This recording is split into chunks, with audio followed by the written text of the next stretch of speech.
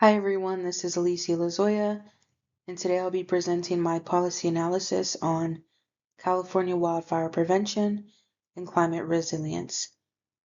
Wildfires in California continue to intensify, and this presentation will walk through the core components of the issue, the major stakeholders involved, 3 policy alternatives, and an evaluation of those alternatives, and then my final recommendation.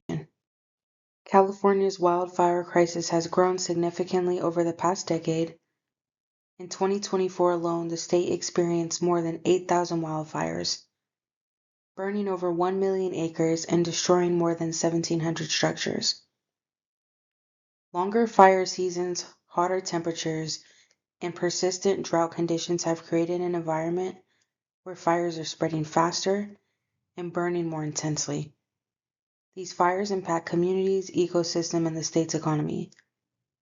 The combination of climate change, fuel buildup in forests, and increased development in high-risk areas has made wildfire prevention a critical policy issue. Several major stakeholders influence the wildfire policy in California.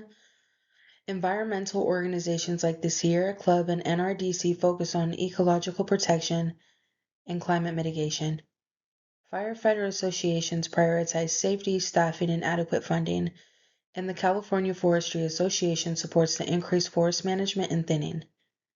Insurance groups are concerned about the rising wildfire risk and market stability. Finally, homeowner associations advocate for property protection and cost-effective mitigation requirements. These groups often have competing priorities, which shapes the policy debate. The first policy alternative is the current system, or the as-is condition. California already invests heavily in CAL FIRE operations, defensible space laws, and utility wildfire mitigation plans. Prescribed burns are used, but at a limited scale, and under this approach, wildfire risk remains high and improvements occur slowly. The state continues to spend billions annually on suppression and mitigation.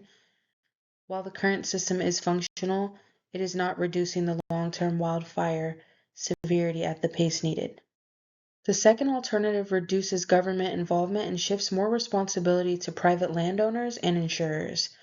This includes streamlining permits for vegetation thinning, reducing CEQA barriers, and expanding insurance-based incentives for mitigation.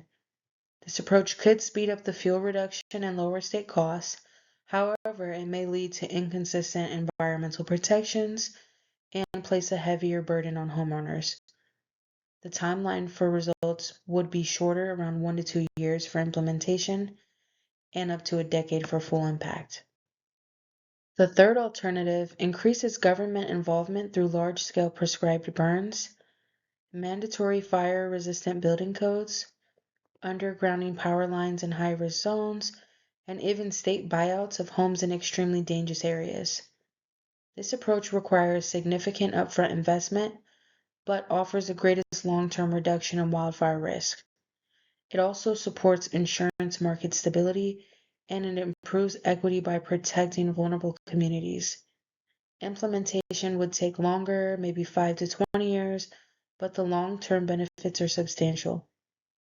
When comparing the 3 alternatives, the as-is approach scores high on feasibility, but low on risk reduction. The less government option is cost-effective and faster to implement, but offers only moderate improvements and raises equity concerns. And the more government option is the most expensive and time-intensive, but it does provide the highest level of risk reduction, environmental protection, and long-term sustainability. Overall, it performs best across the evaluation criteria. Based on the evaluation, the most effective approach is a hybrid model centered on the more government intervention alternative. Combined with selective elements of the less government option to speed up fuel reduction, this balanced strategy would allow California to address immediate wildfire risk while investing in long-term resilience.